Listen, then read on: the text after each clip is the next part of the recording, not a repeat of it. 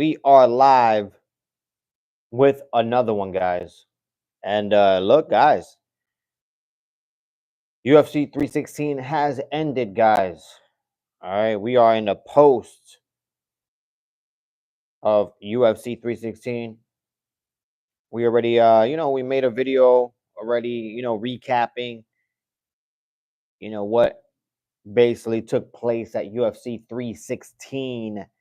And now with Sean O'Malley losing, guys, let's talk more specifically about what they can do with Sean O'Malley. Okay. I know Aljamain Sterling would definitely like a rematch against Sean O'Malley, but I'm not sure if O'Malley is up for the task, so to speak. I'm not sure what the UFC does, with Sean O'Malley. To be honest with you, they pushed him they pushed the guy so much. You know what I mean? They pushed him so much.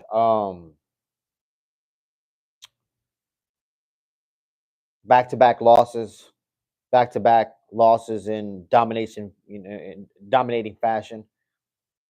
Um, yeah, the first fight you went all 5 rounds, but you were dominated in that fight. And in this fight, you were dominated from the very beginning. Showed that that you Marab has, evolved levels, leaps and bounds, ahead of Sean O'Malley. So I don't really know what's next really for Sean O'Malley, but we have to digest this and dissect it the best way we can, guys. Now, when it comes to Aljamain Sterling, I'm not sure. I'm not sure if that would be a rematch that the UFC wants to book. I think, in my opinion, if the UFC, wants to run with Sean O'Malley, they're gonna have to give him, they're gonna have to give him cans. You know what I mean? They're gonna have to give him people outside of that, top five, most likely top 10, type of fighter to get Sean O'Malley right back in the winning column. Because as it stands right now, like I said, he's 0-2. That's not really a good look for him, and that's not really a good look for the UFC neither. And when it comes to Chael Sonnen talking about, Chael Sonnen did mention that, Sean O'Malley is the most popular star in the UFC, which is outrageous to me because, I mean, the guy is not selling pay-per-views, okay? And so that doesn't mean he's not. Sean O'Malley is not the most, he's not the biggest star in the UFC by far, guys. Okay, and that is factual. Okay, the numbers don't lie. How you doing, Heisenberg? How are you doing, Heisenberg? Hopefully you're having a good one, guys. Like and subscribe if you are new to the channel. It takes minimal effort to give me the thumbs up, so you might as well do it, guys. Thank you for supporting independent MMA media, guys. Millie Brown, how you doing? How are you doing, Millie Brown? Welcome to the chat. Welcome to the chat, guys. But yeah, man. I'm not, I think Sean O'Malley, he's definitely, one of those athletes that, people definitely watch and definitely want to watch. But after, back-to-back losses in that manner, I highly doubt you're the biggest star the UFC has. Okay, you got dominated by Merab that first time, and you got dominated even more in the second time around, defeated by submission. I think for Sean O'Malley, I think he should take a break. If I'm his coaches, I think Sean O'Malley needs to take a break, regroup, go back to the drawing board, so to speak. And really figure out if this is if this is what you want to do. Because if it is, you have to evolve. And from what I'm seeing, you know, all the distractions in the world, taking away all the distractions in the world, whether it was, having too much sex, doing drugs, too much media, all those distractions. Sean O'Malley took away all those distractions and yet still got dominated in horrible fashion. Okay, so he needs to evolve tremendously if he really wants to do this, guys. What do you do, sir? What do I do? I have two sources of income, really three, but two sources of income. Right as of right now, I work for a company, and I also am an independent contractor. I'm on my sis account right now, but my dream is to become a basketball player. Well, if you are a basketball player and that is your dream, then keep at it, man. Keep at it. You know what I mean? Keep at it. I mean, be the best that you can be, man. You know what I mean? Be the best that you can be. All right. Continue growing as a human being. Continue growing as a person, and be a good human being. At the end of the day, people get rewarded for that. But yeah. Back to what I was saying. You know, I think. Yeah, I think Sean O'Malley needs to take a break, reevaluate if this is really what you want to do. Because I'm not really I'm not really sold that Sean O'Malley really wants this as a career. You know what I mean? Like I'm really just not sold in that. And the reason why I say that is because I mean I broke down what Sean O'Malley needed to do to be successful in this Marab fight. And he really didn't do much of anything. Like, okay, his wrestling defense, okay, it was good. He showed that he evolved in that area where he accepted being taken down by Marab, and he got back up to his feet, created space, and got the fight right back where he wanted, which was standing. Right, he did evolve in that aspect. But when it comes to like his striking, his striking looked horrible. Marab outstruck him. It's crazy. His footwork, Sean O'Malley's footwork, terrible. Terrible footwork. Couldn't really land a clean punch at all. Marab was landing all the power punches. I mean, Sean O'Malley looked horrible, man. I'm just being honest. Sean O'Malley looked horrible, man. Also, I have a question. I actually addicted to 18 plus content. How do you avoid this? I'm stuck, man. I'm 17 years. I live alone. I don't know, man. I really don't know at all how you can help yourself with that. I mean, stay busy, man. Stay busy, work out, you know what I mean? Go out for runs, stay athletic, read books. Read books, you know what I mean? Consistently stay busy, you know what I mean? Keep your mind I guess away from stupidity, you know? So that's basically all I can say about that, man. You know what I mean? That's really all I can say about that. But good luck to you, man. Oh, excuse me. Good luck to you. Good luck to you and yours, guys. But yeah, guys, like and subscribe if you are new to the channel. Uh Now with Corey Sandhagen jumping into the mix and getting the opportunity to fight Marab, we're not really going to get the fight that we wanted, which was Sandhagen versus Sean O'Malley. Because I really wanted to prove to people that Sean O'Malley is not this technical striker that everybody says he is. You know what I mean? He's really not. Like, the UFC has sold you guys wolf tickets, guys. The only reason why Sean O'Malley looked so technical and so good was because he was up against the right opponent. They put the right person in front of him to make Sean O'Malley look good. Why do you think he looked so good against Peter Yan? Because he was so much taller than him. He has so much length than Peter Yan, and he still lost that fight against Peter Yan. So think about that, man. And I honestly think if Sean O'Malley loses his next fight, you could call his career over. Three fights in a row, lost, and I don't know who's his next opponent going to be, but it's definitely not going to be a top five. I can guarantee you that. Thanks, man. Really appreciate it. Yeah, man. Anytime, man. Just stay busy, man. Just stay busy. But yeah, guys. I mean, Marab is the GOAT. Marab is the GOAT. There's no way around it, guys. Marab is the GOAT. Marab is doing his thing. He's nothing short but amazing. Really is. Really is. And we still got a lot to talk about when it comes to the UFC and Dana White. You know, Dana White made his press conference appearance. Finally made his press conference appearance. You know what I mean? And they asked him the questions that we wanted him to answer. Basically, when is John Jones going to come back? Will he eventually come back and fight Tom Aspinall? And if not, will he be stripped of his heavyweight title? Those are the questions that a lot of the fans, a lot of the media want to know, and they definitely did ask him. Dana White did his best to duck and dodge all these questions that were bombarding him at this press conference, but he did his best. He did answer. He said that John Jones did agree to the Tom Aspinall fight. He did agree. However, the contract is just not signed.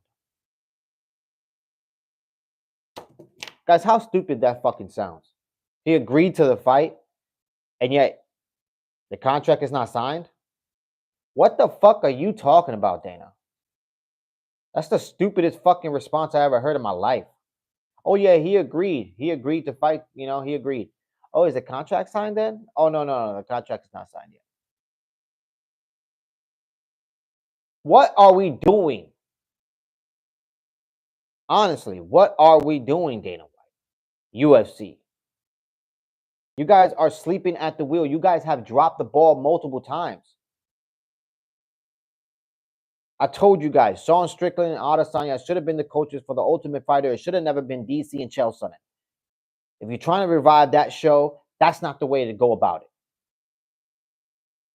It definitely should have been Strickland versus Adesanya as the coaches, and those two already have built-in history.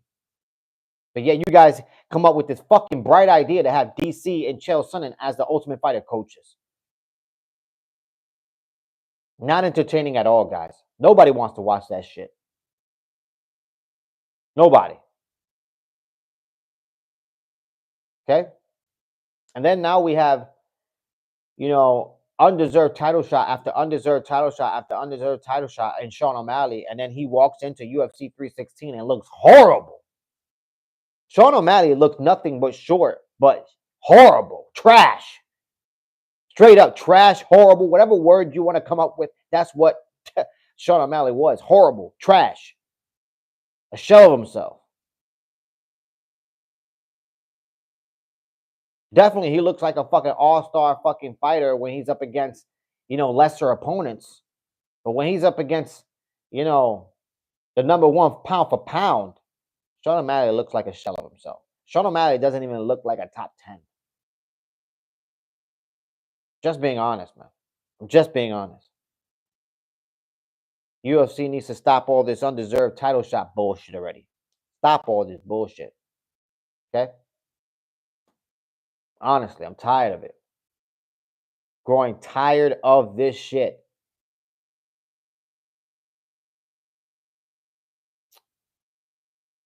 But as it stands right now, guys, what's my record? I'm 117 and 83. That is 117 wins and 83 losses for my UFC fight predictions for 2025. I'm happy with that, man. I really, really am happy with that. I think we're headed towards the right direction. And I honestly think these UFC fight predictions are getting easier and easier as I, predict them. Now, don't get me wrong; the cards are getting better, are getting better as we go. Because it's been a rough start for 2025. It really has. It's been a rough start, but overall, it's okay. It's okay. You know what I mean? It's okay. Even though 2025, if you have to look at 2025 in the books right now, the way it stands, I mean, 2025 is a struggle. It's been a struggle. You know what I mean? There's been multiple headlining fights this year that just fell out, that were in shambles. There's been multiple events that were in shambles. There's already, the Guadalajara, the Mexico card. That card got scrapped. That's not happening. You know what I mean? UFC Seattle almost got scrapped as well. 10 UFC fighters got pulled from that card due to injury. I don't know what's going on out there. Honestly, I really don't know what's going on out there. There's something in the air right now. You know what I mean? Because the UFC they don't want to do the right things. They really don't. They really do not want to do what the fans want them to do.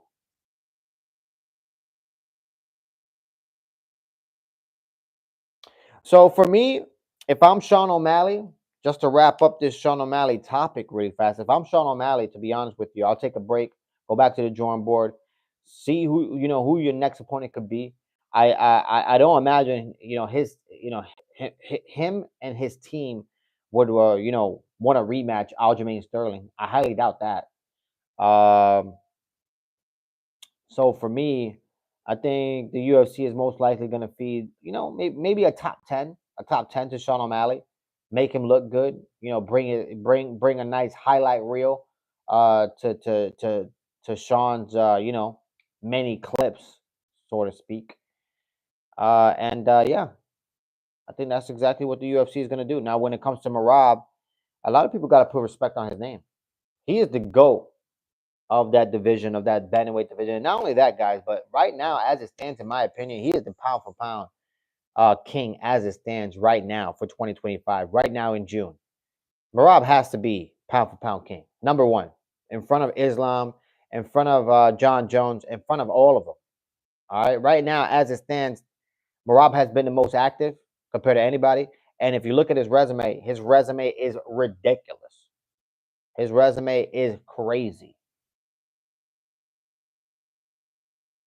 Former champs, go down the list. Merab has beat him. It's insanity. The guy is just a machine. Literally a machine, guys. All right.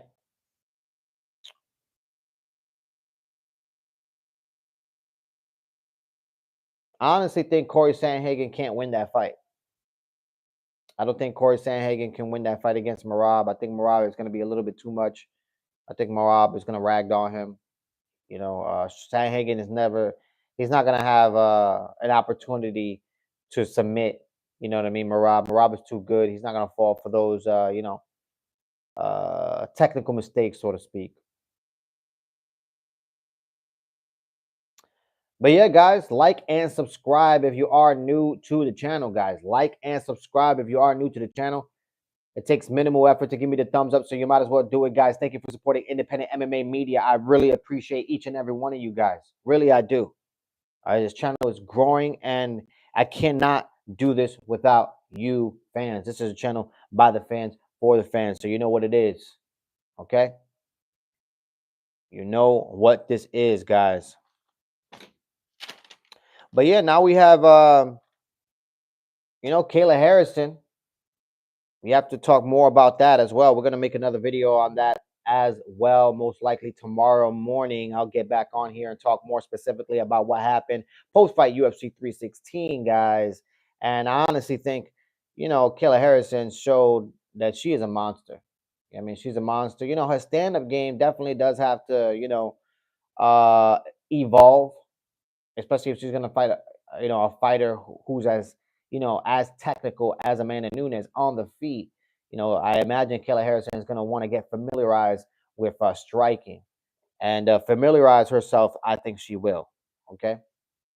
That is my opinion towards that. But Kayla Harrison is a monster. She beat Juliana Pena from the beginning of the fight towards the very end, submitted her, you know what I mean, via armbar. I mean, what was it, a Kimura or something like that? Just crazy. Kayla Harrison is nuts, man. Craziness. She's a tough girl, bantamweight champion. Congratulations to her. But now she's up against a monster. Now she's up against a monster. She's up against the GOAT in that division, and Amanda Nunes. It's been a while since we've seen Amanda Nunes get into the octagon and compete. So maybe she'll have a little bit of ring rust. But I'm excited to see that. That's most likely the most exciting thing the UFC can do in that division. The women's bantamweight division is in shambles. There's nobody there, guys. There really is nobody there. There's a bunch of dead bodies walking around. Pennington, dead body. Juliana Pena, dead body. You see them. You see them. They're dead bodies, guys. Okay? There's nobody there. All they have right now is Kayla Harrison, who hopefully she can continue making the weight, because it was a struggle. I can see it was a struggle for her to make that weight, that championship weight. So hopefully she can do that once again, especially going against Amanda Nunes. But we shall see. We shall see. Easier said than done, guys. Easier said than done.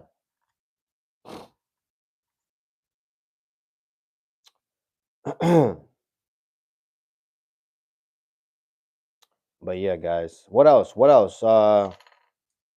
What else we could talk about right now? I mean, that's pretty much it, man. That's pretty much it when it comes to, winding down post-fight UFC 316. Merab's the GOAT. Tony Romo's, I believe so. I agree with you. Made a video about that prior to this UFC 316 event. And now everybody is making videos about Merab being the GOAT. I already thought he was the GOAT prior to him fighting Sean O'Malley for the second time. And now he goes in there and dominates him, and basically clean house with Sean O'Malley. So, use him as a push broom, basically. And I do believe Merab is the champion. I do believe Merab is the GOAT of that division. He really is. I mean, who's better than Merab's resume right now? Who? Dominic Cruz? No, it's no way. No way. You know what I mean? Henry Cejudo? No way. Henry Cejudo lost against Merab. Okay? Merab is just a machine. He's another animal. He's another animal. Congratulations to him and his team, man. Honestly. He's an animal. They build him up to be an animal. He started off 0-2 in his UFC debut fights when he first got into the UFC. Finally found success, and now he's a champion, guys. That is the ultimate epitome of a person starting at the bottom and working the way all the way up to the top and beating everybody they had to beat in order to get that gold. He didn't step on nobody's toes. He didn't talk his way into, a UFC title shot. He beat everybody the UFC put in front of him and took his gold. And even when the UFC and the fans were, basically going against Merab, saying that he was going to lose against an undefeated fighter, called Umar Nurmagomedov, Merab showed everybody it doesn't matter if you're undefeated and a Nurmagomedov, he's going to beat you. And it doesn't matter if you even have Khabib on your corner. Merab the Machine will figure out a way to defeat you. Okay? Craziness that happened in the in the UFC this past weekend. Craziness. I'll tell you what though, all the ass kicking, all the ass kissing, all the a lot of the fighters were doing to Donald Trump. That's kind of I'm kind of tired of it, guys. Honestly, I'm kind of tired of it. I get it, he's the president, but come on, guys. Stop all the ass kissing. Your fucking lips are fucking orange at this point. Stop it. Kevin Holland all happy because he beat a dead body in Vicente Luque and then goes outside and tries to act cool and try to dap up fucking the president Donald Trump. Kevin Holland, get your fucking dumbass back into the octagon. All right? Stop acting like a jackass. That's what you need to do. People were calling the card bad, but the fights were good. I mean, the fights were terrific, man. The fights were terrific. On paper, the card wasn't, it didn't look that amazing. You know what I mean? When you looked at it on paper, but man, the event was good. The event was really, really good. You had a lot of tough fights in there. A lot of tough, fighters in general. I mean, it was a good night. It was a good night. I can't complain. It was a really, really good night. Two main events that ended quickly. Kayla Harrison ended in the second round. Merab, I believe, ended in the second or third or something like that. So very, very good main events. Very good main events. Very good card. Joshua Van went out there, put on a show. There was definitely some highlights on this card. You know what I mean? There definitely was. There definitely was. I liked it. I liked it. I liked this card. I thought it was fun. I thought the UFC did a good job of putting this fight card together. And that's it. That is it, guys.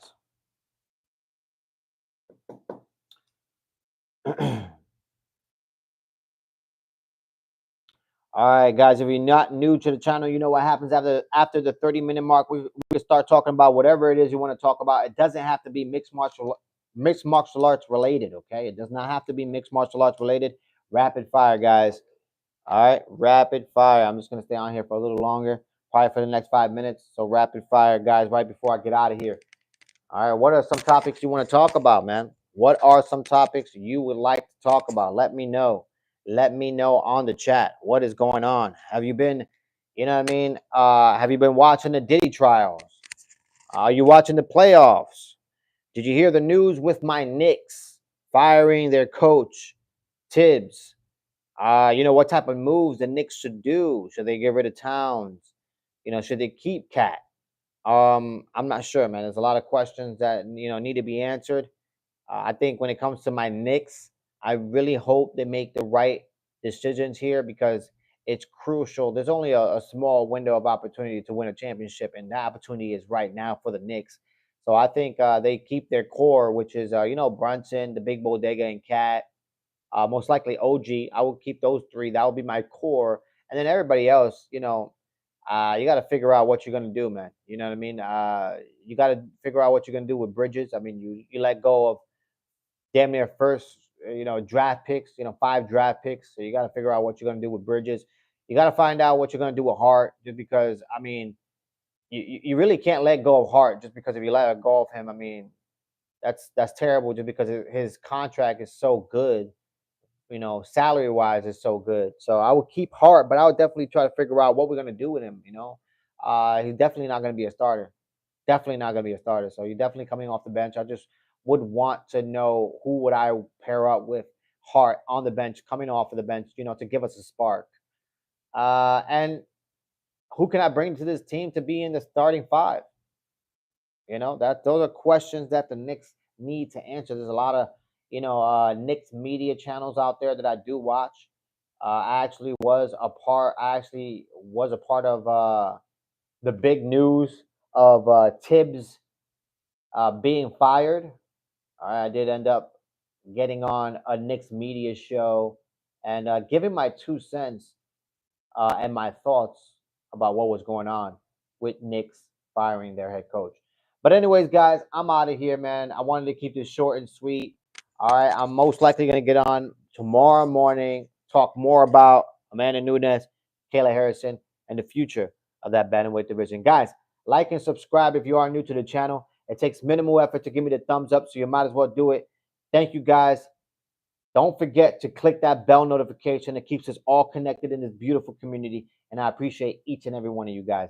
Thank you so much for supporting independent MMA media. I appreciate you guys. I'm out of here, man. Peace. One love.